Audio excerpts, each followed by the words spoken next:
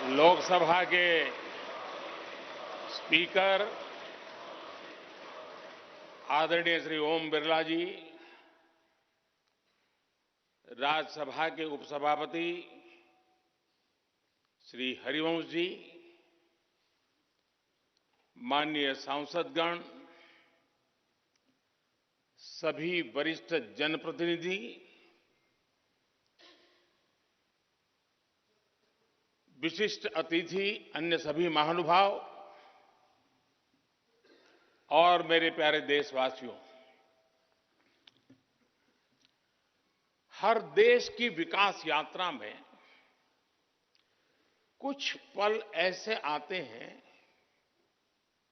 जो हमेशा के लिए अमर हो जाते हैं।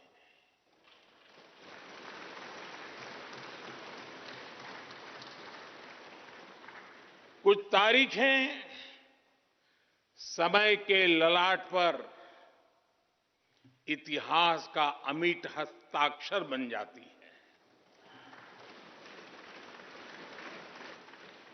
आज 28 मई 2023 का ये दिन ऐसा ही शुभ अवसर है।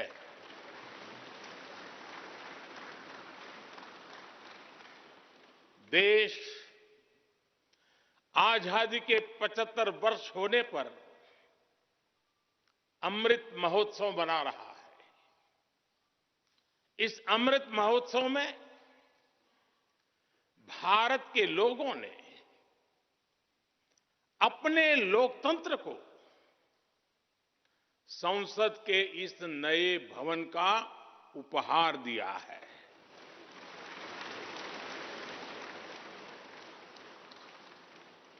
आज सुबह ही संसद भवन परिसर में सर्वपंथ प्रार्थना हुई है। मैं सभी देशवासियों को भारतीय लोकतंत्र के इस स्वर्णिम क्षण की बहुत बहुत बधाई देता हूं।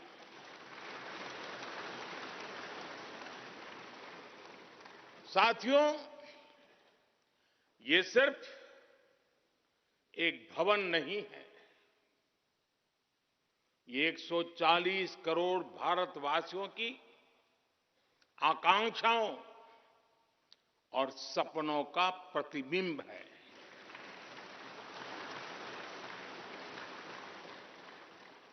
ये विश्व को भारत के दृढ़ संकल्प का संदेश देता हमारे लोकतंत्र का मंदिर है।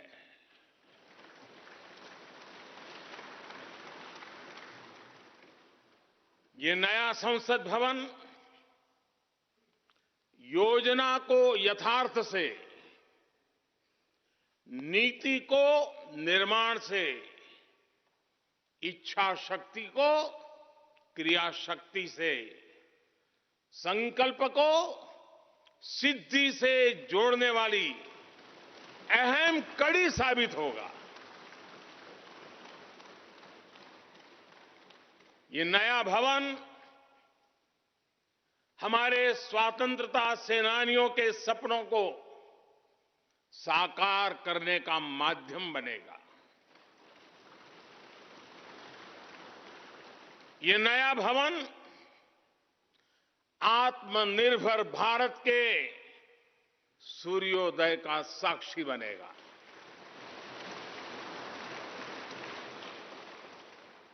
ये नया भवन विकसित भारत के संकल्पों की सिद्धि होते हुए देखेगा। ये नया भवन नूतन और पुरातन के सह अस्तित्व का भी आदर्श है। साथियों,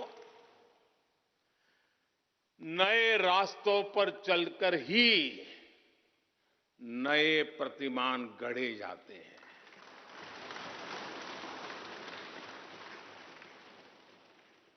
आज नया भारत नए लक्ष्य तय कर रहा है, नए रास्ते गढ़ रहा है। नया जोश है, नया उमंग है, नया सफर है, नई सोच है। दिशा नई है, दृष्टि नई है, संकल्प नया है, विश्वास नया है।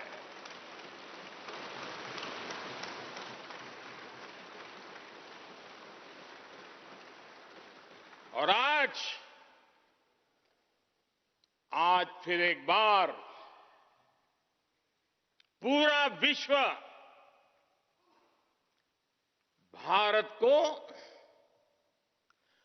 भारत के संकल्प की दृढ़ता को, भारतवासियों की प्रखरता को, भारतीय जनशक्ति की जिजीविषा को आदर और उम्मीद के भाव से देख रहा है।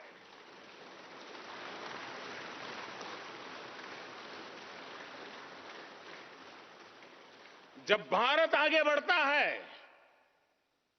तो विश्व आगे बढ़ता है।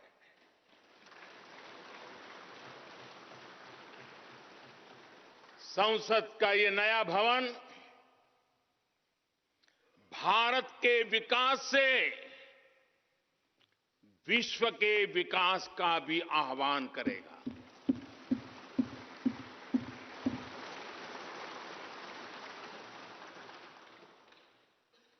साथियों, आज इस ऐतिहासिक अवसर पर कुछ देर पहले संसद की इस नई इमारत में पवित्र सेंगोल की भी स्थापना हुई है।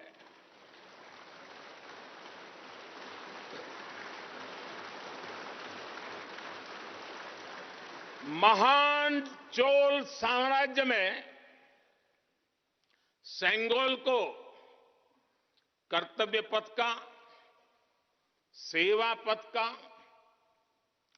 राष्ट्र पथ का प्रतीक माना जाता था।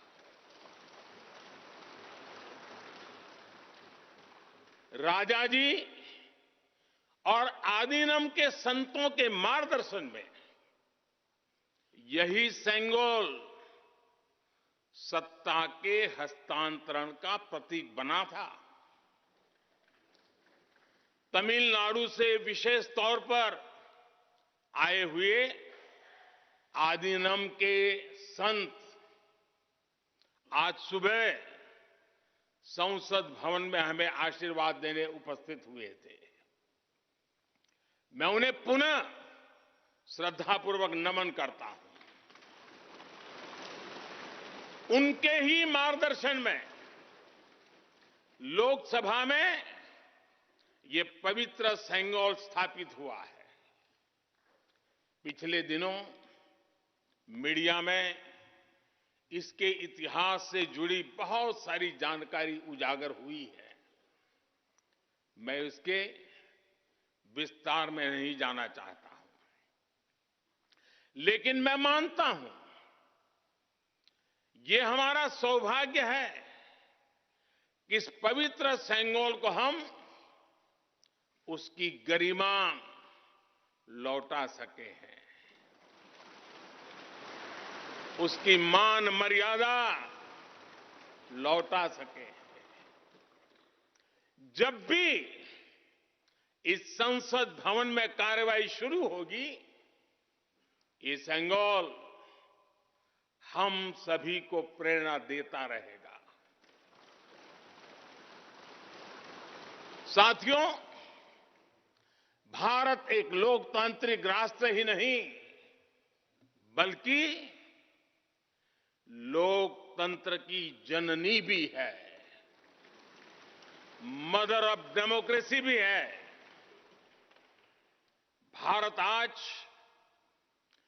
वैश्विक लोकतंत्र का भी बहुत बड़ा आधार है। लोकतंत्र हमारे लिए सिर्फ एक व्यवस्था नहीं, एक संस्कार है, एक विचार है, एक परंपरा है। हमारे वेद हमें सभाओं और समितियों के लोकतांत्रिक आदर्श सिखाते हैं। महाभारत जैसे ग्रंथों में गणों और गणतंत्रों की व्यवस्था का उल्लेख मिलता है। हमने वैशाली जैसे गणतंत्रों को जीकर दिखाया है। हमने भगवान बसवेश्वर के अनुभव मंटपा को अपना गौरव माना है। तमिलनाडु में मिला 900 ईस्वी का शिलालेख आज भी हर किसी को हैरान कर देता है। हमारा लोकतंत्र ही हमारी प्रेरणा है। हमारा संविधान ही हमारा संकल्प है। इस प्रेरणा, इस संकल्प की सबसे श्रेष्ठ प्रतिनिधि अगर कोई है तो ये हमारी संसद है। और ये संसद देश की जिस समृद्ध संस्कृति का प्रतिनिधित्व करती है उसका उद्घोष करती है। शेते निपद्यमानस्य शेते निपस्य मानस्य चराति चर्त भगः चरैवेति चरैवेति चरैवेति।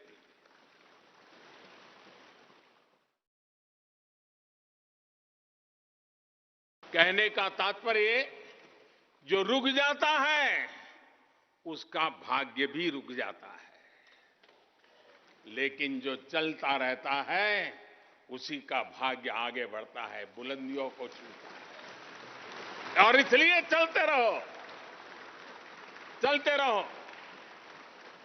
गुलामी के बाद हमारे भारत ने बहुत कुछ खोकर अपनी नई यात्रा शुरू की थी।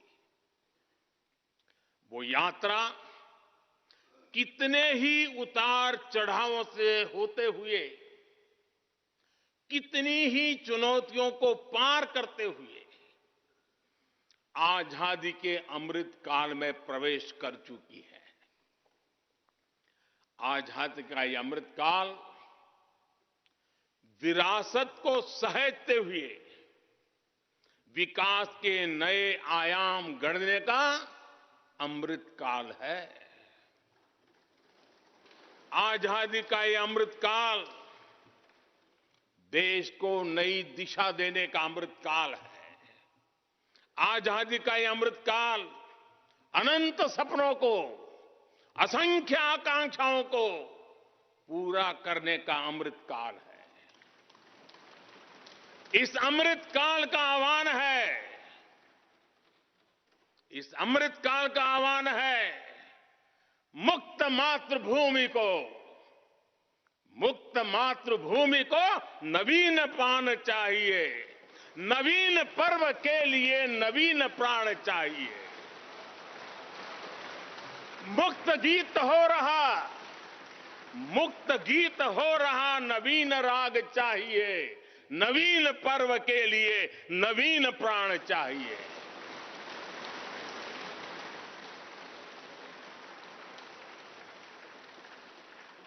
और इसलिए भारत के भविष्य को उज्जवल बनाने वाली इस कार्यस्थली को भी उतना ही नवीन होना चाहिए, आधुनिक होना चाहिए।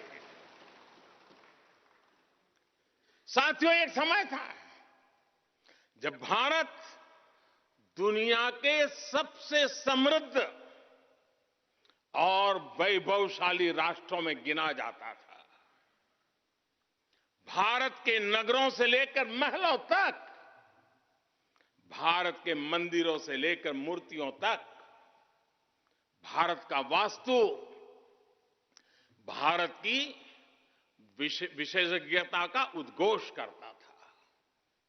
सिंधु सभ्यता के नगर नियोजन से लेकर मौर्यकालीन स्तंभों और स्तूपों तक, चोल शासकों के बनाए भव्य मंदिरों से लेकर जलाशयों और बड़े बांधों तक भारत का कौशल विश्व भर से आने वाले यात्रियों को हैरान कर देता था।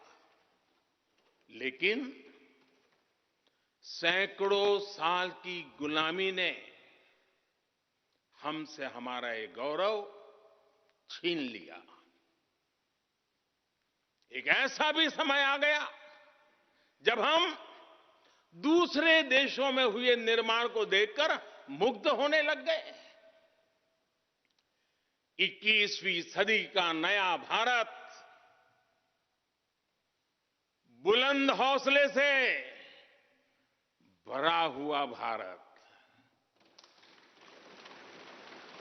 अब गुलामी की उस सोच को पीछे छोड़ रहा है। आज भारत प्राचीन कला की उस गौरवशाली धारा को एक बार फिर अपनी तरफ मोड़ रहा है और संसद की ये नई इमारत इस प्रयास का जीवंत प्रतीक बनी है। आज नए संसद भवन को देखकर हर भारतीय गौरव से भरा हुआ है। इस भवन में विरासत भी है, वास्तु भी है, इसमें कला भी है, कौशल भी है, इसमें संस्कृति भी है और संविधान के स्वर भी है। आप देख रहे हैं कि लोकसभा का आंतरिक हिस्सा, यहां भी देखिए, यहां भी देखिए, राष्ट्रीय पक्षी मोर पर आधारित है। राज्यसभा का आंतरिक हिस्सा राष्ट्रीय फूल कमल पर आधारित है और संसद के प्रांगण में हमारा राष्ट्रीय वृक्ष बरगद भी है। हमारे देश के अलग अलग हिस्सों की जो विविधता है, इस नए भवन ने उन सबको समाहित किया है। इसमें राजस्थान से लाए गए ग्रेनाइट और बलुआ पत्थर लगाए गए हैं। ये जो लकड़ी का काम आप देख रहे हैं ना, वो महाराष्ट्र से आई है। यूपी में भदोही के कारीगरों ने इसके लिए अपने हाथ से कालीनों को बुना है। एक तरह से इस भवन के कण कण में हमें एक भारत श्रेष्ठ भारत की भावना के दर्शन। साथियों, संसद के पुराने भवन में सभी के लिए अपने कार्यों को पूरा करना कितना मुश्किल हो रहा था, ये हम सभी जानते हैं। टेक्नोलॉजी से जुड़ी समस्याएं थी, बैठने की जगह से जुड़ी चुनौती थी। इसलिए ही बीते 1.5-2 दशकों से ये चर्चा लगातार हो रही थी कि देश को एक नए संसद भवन की आवश्यकता है।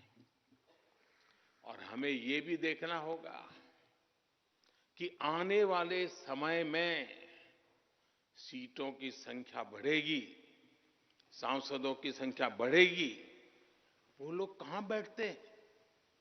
और इसलिए ये समय की मांग थी कि संसद की नई इमारत का निर्माण किया जाए। और मुझे खुशी है कि भव्य इमारत आधुनिक सुविधाओं से पूरी तरह लैस है। आप देख रहे हैं कि इस समय भी इस हॉल में सूरज का प्रकाश सीधे आ रहा है। बिजली कम से कम खर्च हो, हर तरफ लेटेस्ट टेक्नोलॉजी वाले गैजेट्स हों, इन सभी का इसमें पूरा ध्यान रखा गया है। साथियों, आज सुबह ही मैं इस संसद भवन को बनाने वाले श्रमिकों के एक समूह से मिला हूं। इस संसद भवन ने करीब 60,000 श्रमिकों को रोजगार देने का भी काम किया है। उन्होंने इस नई इमारत के लिए अपना पसीना बहाया है। मुझे खुशी है कि इनके श्रम को समर्पित एक डिजिटल गैलरी भी संसद में बनाई गई है और विश्व में शायद ये पहली बार हुआ होगा। संसद के निर्माण में अब उनका योगदान भी अमर हो गया है। साथियों, कोई भी एक्सपर्ट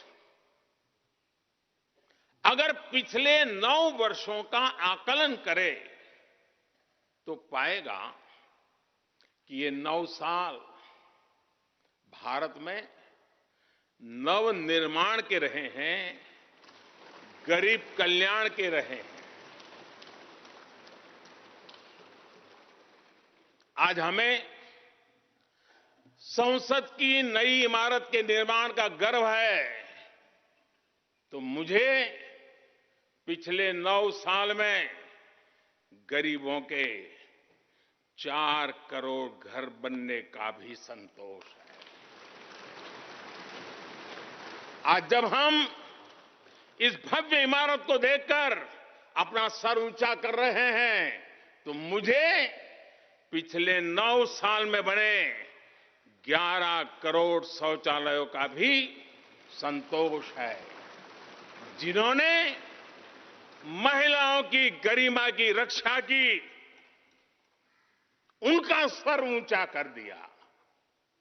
आज जब हम इस संसद भवन में सुविधाओं की बात कर रहे हैं, तो मुझे संतोष है कि पिछले 9 साल में हमने गांवों को जोड़ने के लिए 4 लाख किलोमीटर से भी ज्यादा सड़कों का निर्माण किया।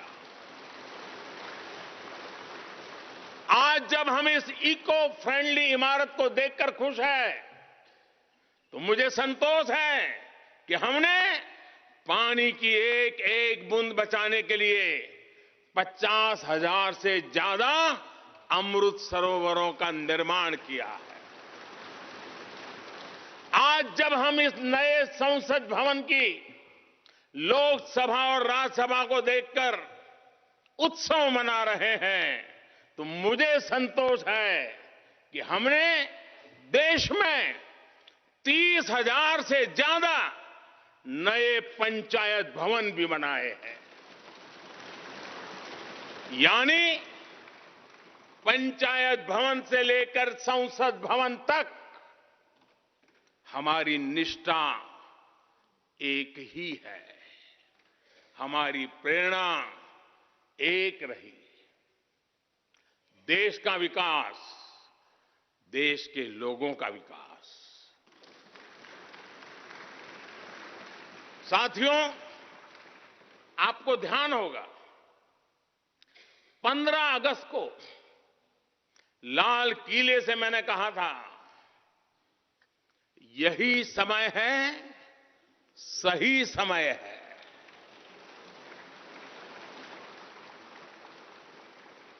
हर देश के इतिहास में ऐसा समय आता है जब देश की चेतना नए सिरे से जागृत होती है।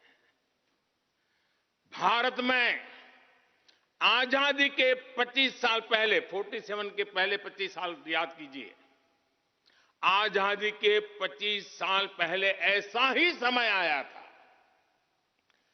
गांधी जी के असहयोग आंदोलन ने पूरे देश को एक विश्वास से भर दिया था।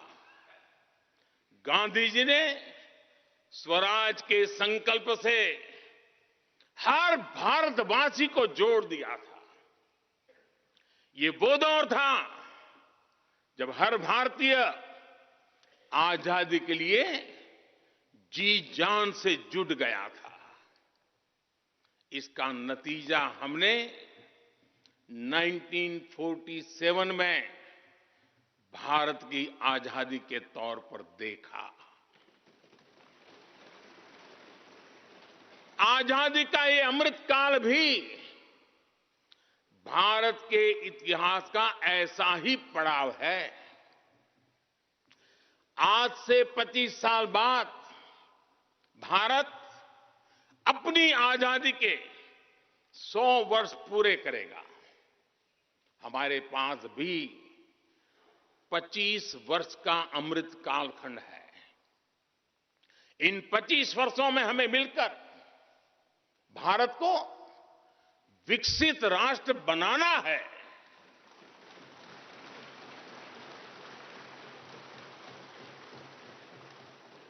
लक्ष्य बड़ा है, लक्ष्य कठिन भी है, लेकिन हर देशवासी को आज इसके लिए जी जान से जुटना ही है। नए प्रण लेने हैं, नए संकल्प लेने हैं, नई गति पकड़नी है। और इतिहास गवाह है कि हम भारतीयों का विश्वास सिर्फ भारत तक ही सीमित नहीं रहता। हमारी आजादी की लड़ाई ने दुनिया के बहुत सारे देशों में उस समय एक नई चेतना जागृत कर दी थी। हमारी आजादी की लड़ाई से भारत तो आजाद हुआ ही, साथ ही कई देश आजादी की राह पर चल पड़े। भारत के विश्वास ने दूसरे देशों के विश्वास को सहारा दिया था। और इसलिए भारत जैसा विविधता से भरा देश, इतनी बड़ी आबादी वाला देश, इतनी सारी चुनौतियों से लड़ने वाला देश जब एक विश्वास के साथ आगे बढ़ता है तो इससे दुनिया के अनेक देशों को प्रेरणा भी मिलती है। भारत की हर सफलता आने वाले दिनों में दुनिया के अलग अलग भूभाग में अलग अलग देशों की सफलता के रूप में प्रेरणा का कारण बनने वाली है। आज यदि भारत तेजी से गरीबी दूर करता है तो ये कई देशों को गरीबी से बाहर आने की प्रेरणा भी देता है। भारत का विकसित होने का संकल्प कई और देशों का संबल बनेगा। इसलिए भारत की जिम्मेदारी और बड़ी हो जाती है। और साथियों, सफलता की पहली शर्त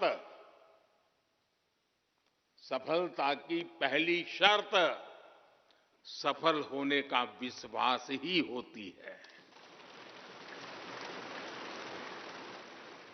ये नया संसद भवन इस विश्वास को नई बुलंदी देने वाला है। ये विकसित भारत के निर्माण में हम सभी के लिए नई प्रेरणा बनेगा। ये संसद भवन हर भारतीय के कर्तव्य भाव को जागृत करेगा। मुझे विश्वास है इस संसद में जो जनप्रतिनिधि बैठेंगे वे नई प्रेरणा के साथ लोकतंत्र को नई दिशा देने का प्रयास करेंगे।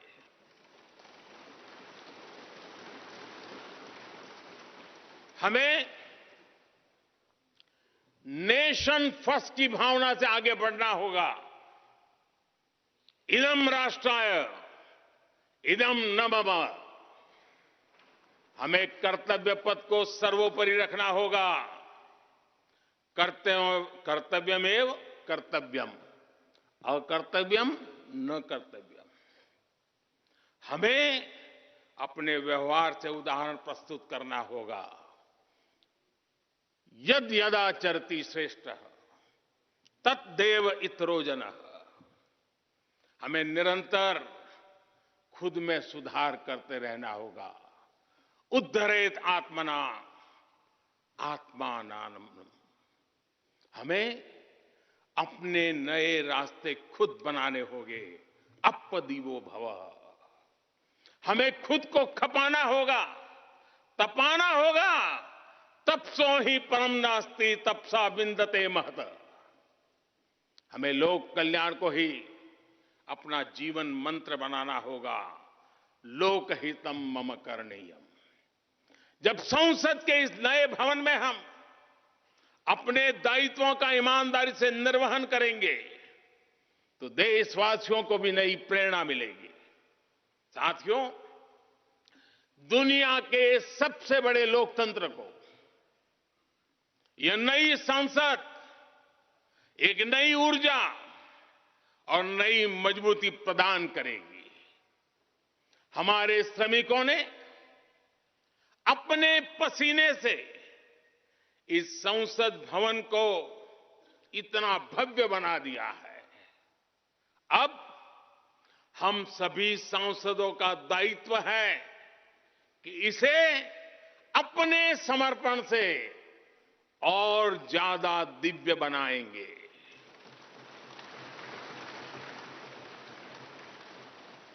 एक राष्ट्र के रूप में हम सभी 140 करोड़ भारतीयों का संकल्प ही इस नई संसद की प्राण प्रतिष्ठा है।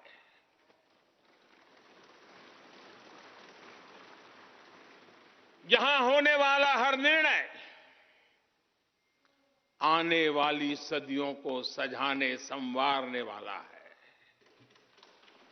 यहां होने वाला हर निर्णय आने वाली पीढ़ियों को सशक्त करने वाला होगा।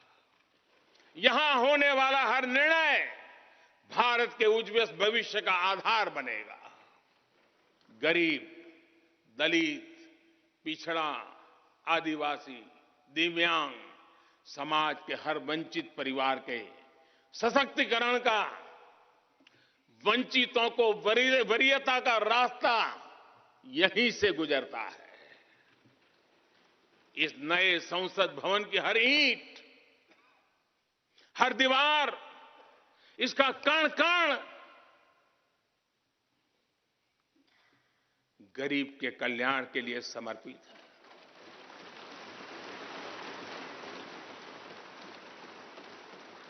अगले 25 वर्षों में संसद के इस नए भवन में बनने वाले नए कानून भारत को विकसित भारत बनाएंगे। इस संसद में बनने वाले कानून भारत को गरीबी से बाहर निकालने में मदद करेंगे। इस संसद में बनने वाले कानून देश के युवाओं के लिए, महिलाओं के लिए नए अवसरों का निर्माण करेंगे। मुझे विश्वास है संसद का यह नया भवन नए भारत के सृजन का आधार बनेगा।